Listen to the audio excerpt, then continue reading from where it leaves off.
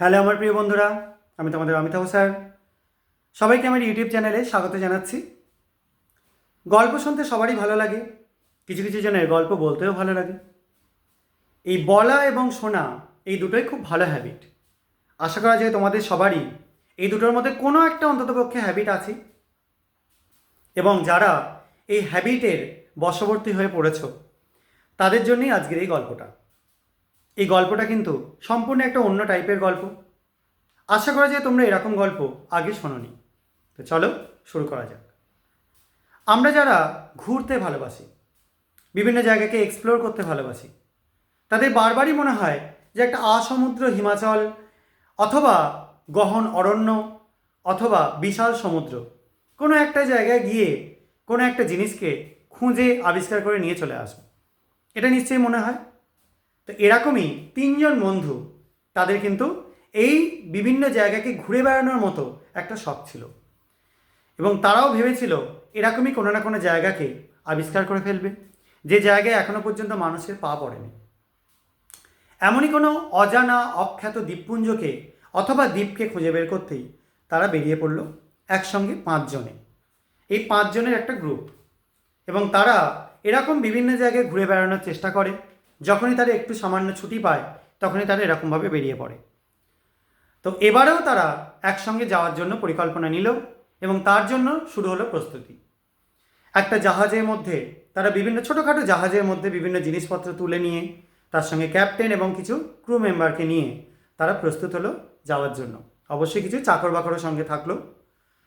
তো এরকম একটা সমুদ্রযাত্রা একদম কিন্তু ভবিষ্যতে কি হতে পারে কেউ জানে না, কিন্তু তাদের মনের মধ্যে এমন একটা জিনিস কাজ করছিল যে একটা অজানা দ্বীপপুঞ্জকে খুঁজে বের করব, এবং সেখান থেকে কিছু পদার্থকে, সেখানকার জিনিসপত্রকে কালেক্ট করে নিয়ে এসে আমরা আমাদের সংগ্রহশালায় রাখব, যেটা তারা এতদিনও করেছে।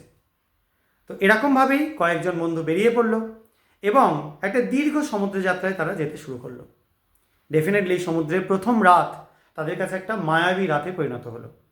চারপাশ একদম গভীর অন্ধকার, গহন অন্ধকার, তার মধ্যেখানে তারারা মিটমিট করছে, এবং চারপাশে শুধু জলরাশি জলরাশি, আর কিচ্ছু নেই, একদম পুরোপুরি নিস্তব্ধ। খুব সুন্দর একটা পরিস্থিতি। এবং তারা ভাবতে লাগলো যে এরকমই যেন স্বর্গীয় অনুভূতি তারা কন্টিনিউ পেতে থাকবে, এবং তারা একসময় তাদের যে কাঙ্ক্ষিত লক্ষ্য সেখানে পৌঁছাতে থাকবে। কিন্তু মানুষ ভাবে এক, হয়ে যায় আর এক। তারা তখনও জানে না কি বিপদ তাদের জন্য ওয়েট করছে। তারা এগোতে থাকলো। এরকম এগোতে এগোতে তারা এমন একটা জায়গায় গিয়ে পৌঁছে গেল 3-4 দিন পরে। যখন পৌঁছালো তখন প্রায় সন্ধে। চারপাশে একদম মায়াময় আলোয় ভর্তি হয়ে গেছে।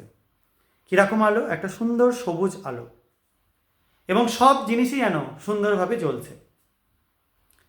এটা যেন একদম ভেবো না যে বায়োলুমিনেসেন্সের আমি গল্প বলছি, এটা কিন্তু নয়। তো এই যে সুন্দর সবুজ আলো, সেটা আসছে একটা দূরের দ্বীপপুঞ্জ থেকে, এবং সেই দ্বীপপুঞ্জের সবুজ আলোটা বহু দূর থেকে দেখতে পাওয়া যাচ্ছে। সেই সব বন্ধুরা টার্গেট নিল যে এই দ্বীপপুঞ্জটাতেই যেতে হবে। এত সুন্দর সবুজ আলো কেন? এখানে কি আছে যে সেখানে এখানে গিয়ে আমরা দেখব যে কি কি পাওয়া যায়। তো এরকমই পরিকল্পনা, এবং তারা এগিয়ে যেতে লাগলো সেই দ্বীপপুঞ্জের দিকে। কিন্তু তারা তখনও জানে না তাদের এই যাত্রাই হয়ে যাবে শেষ যাত্রা। কী ভাবছো তোমরা?